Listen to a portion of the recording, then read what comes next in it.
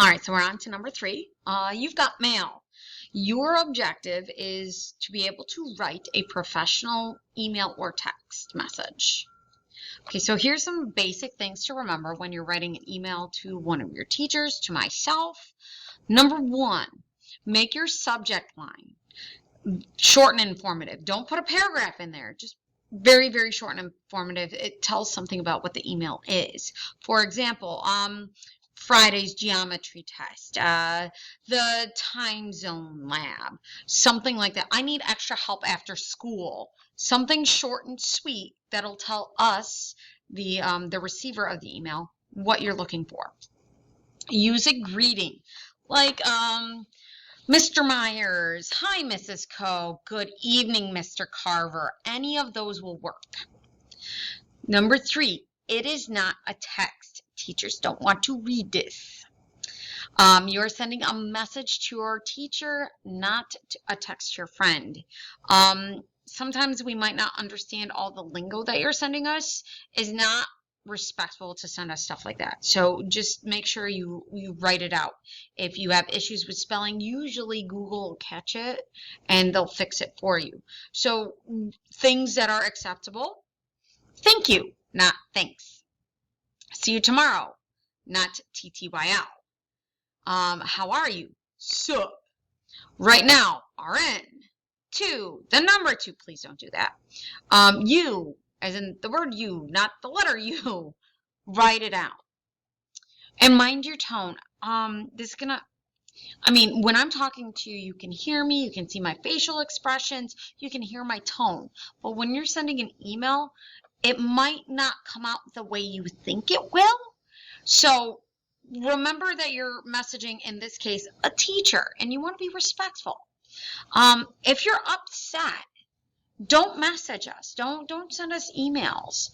Come and talk to us. It's better for you to talk to us than to write us a message or a text or an email, not a text, an email, because it may come off really, really bad.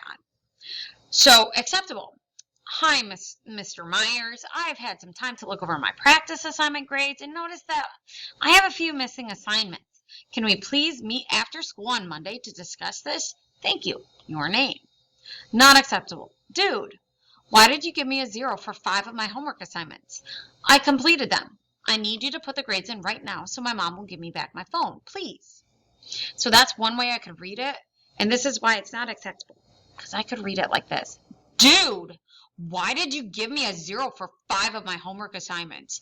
I completed them.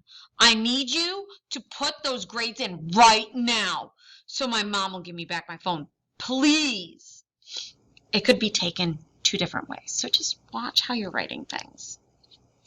All right, make sure you proofread, because sometimes spell check spells it the way it shouldn't be spelled. Also, try not to write in all caps, because when you write in all caps, it's like you're yelling at someone, so make sure it's not all capitalized.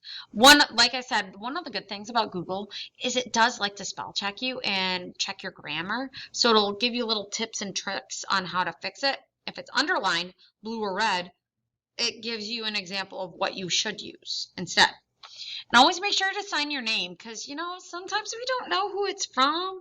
If you've got a different email you're emailing us from, we don't know. Or maybe you have siblings or cousins who have the same last name, and that comes through in your email. So just make sure you say, sign your name, like Johnny, thank you, Johnny, sincerely, Johnny, stuff like that. Okay, and here's a big thing. Always check your messages. Please, please, please check your messages and your emails at least once a day, because for instance, myself, I email, that's my communication, is through email. I don't use the comment section in my Google Classroom. So if you have an assignment and you're looking in your grade section and you're like, you send me a comment, I don't look at those. I don't see those. They don't come to me. So make sure you're emailing me instead. I know other teachers are different, but that's just the way that I work. It's easier for me via email. All right. Besides that, that's it for this video. It's short and sweet. If you have any questions, please don't hesitate to ask, and I'll talk to you later.